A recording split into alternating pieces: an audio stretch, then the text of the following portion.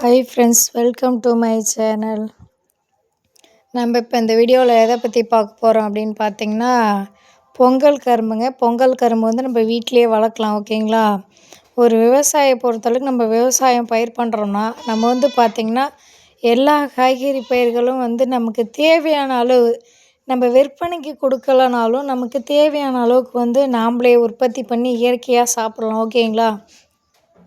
எப்படின்னு பார்த்தீங்கன்னா, நம்ம இப்போ வந்து பொங்கல் கரும்பு வந்து நம்ம தோட்டத்தில் வந்து நடவு பண்ணியிருக்கோம். 2 வருஷத்துக்கு முன்னாடி நடவு பண்ணியிருக்கோம். அது ஒன் டைம் வெட்டிட்டோம். இப்போ இன்னொரு டைம் பாருங்கள் எந்த அளவுக்கு வளர்ந்துருக்கு அப்படின்னு சொல்லிட்டு பாருங்கள். இதுக்கு வந்து நாங்கள் அதிகமாக எதுவும் வந்து உரமோ யூரியாவோ எதுவும் அதிகமாக யூஸ் பண்ணல.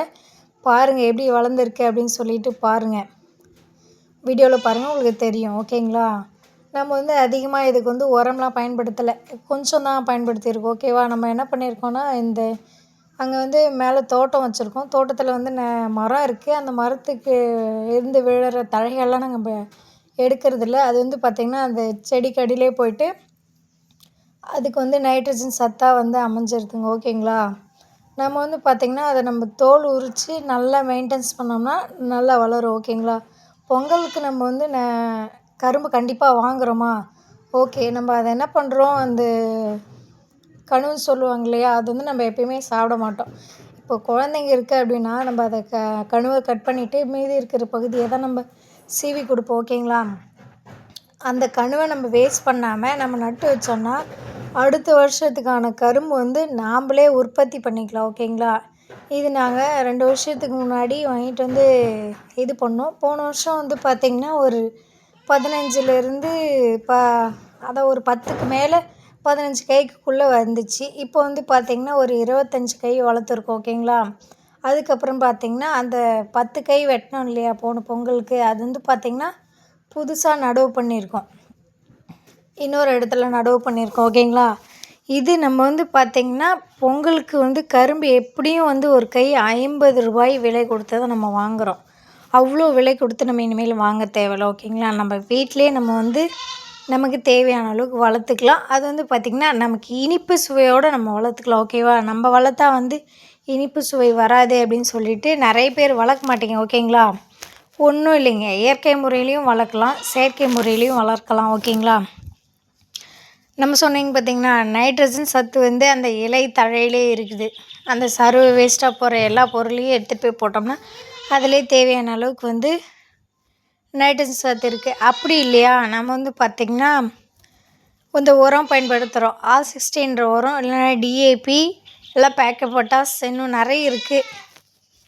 அதை பயன்படுத்த போகிறோம். ஓகேங்களா? அதுக்கப்புறம் பார்த்திங்கன்னா அது இனிப்பு சுவை வரணும் அப்படின்னு சொல்லிட்டு நம்ம எதிர்பார்ப்போம். அதுக்கு நம்ம என்ன பண்ண போகிறோம்னா, இந்த பொட்டாஸ் இருக்குது பார்த்திங்களா, அது அந்த வந்து போட்டோம்னா 13,045ன்னு சொல்லுவாங்க பொட்டாஸ். அது வந்து பார்த்திங்கன்னா பொட்டாஸ் கண்டென்ட் அதிகமாக இருக்குது. அதுலேயும் எல்லா சத்தும் இருக்குது. பொட்டாஸ் கண்டென்ட் பார்த்திங்கன்னா கொஞ்சம் அதிகமாக இருக்குது. அதை நம்ம போட்டோம்னா வந்து பார்த்திங்கன்னா இனிப்பு சத்து வந்து நமக்கு கிடைச்சிரும். ஓகேங்களா?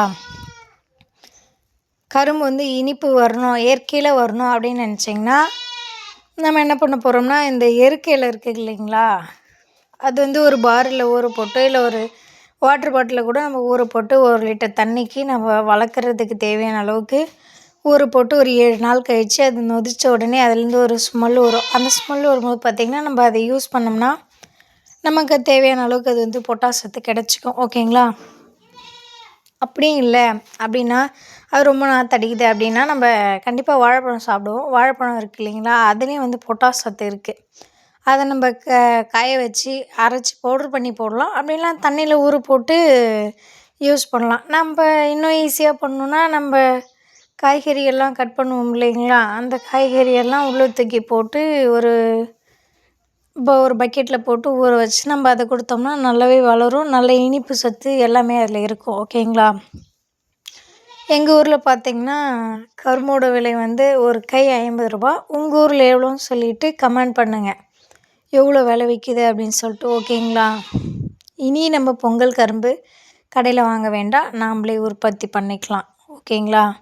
இதை பாருங்கள், ஃபஸ்ட்டு வந்து ஒரு 25 கை இருக்குது. அது வந்து நல்லாவே வளர்ந்துருக்கு. இப்போ அது வந்து 2 வருஷத்துக்கு முன்னாடி பொங்கலுக்கு வச்சது. இப்போது இருக்கிறது பார்த்திங்கன்னா இந்த பொங்கலுக்கு நடவு பண்ணது. ஓகேங்களா? ஒரு 4 மாதம் ஆகுது. ஓகேங்களா? இதுவும் வந்து பார்த்திங்கன்னா அடுத்து பொங்கலுக்குள்ளே நமக்கு வந்து விளைஞ்சிரும். ஓகேங்களா? நம்ம இனி காசு கொடுத்து வாங்க வேண்டாம். வீட்டில் எளிமையாக வளர்க்கலாம். ஓகேங்களா? ஓகே ஃப்ரெண்ட்ஸ், நம்ம போடுற வீடியோக்கள் உங்களுக்கு பிடிச்சிருந்தா லைக் அண்ட் சப்ஸ்கிரைப் பண்ணுங்கள், கமெண்ட் பண்ணுங்கள், ஷேர் பண்ணுங்கள். ஓகே ஃப்ரெண்ட்ஸ், கரும்பு பாருங்கள், உங்களுக்கே தெரியும் எவ்வளோ தடமாக வளர்த்துருக்கோம் அப்படின்னு சொல்லிட்டு.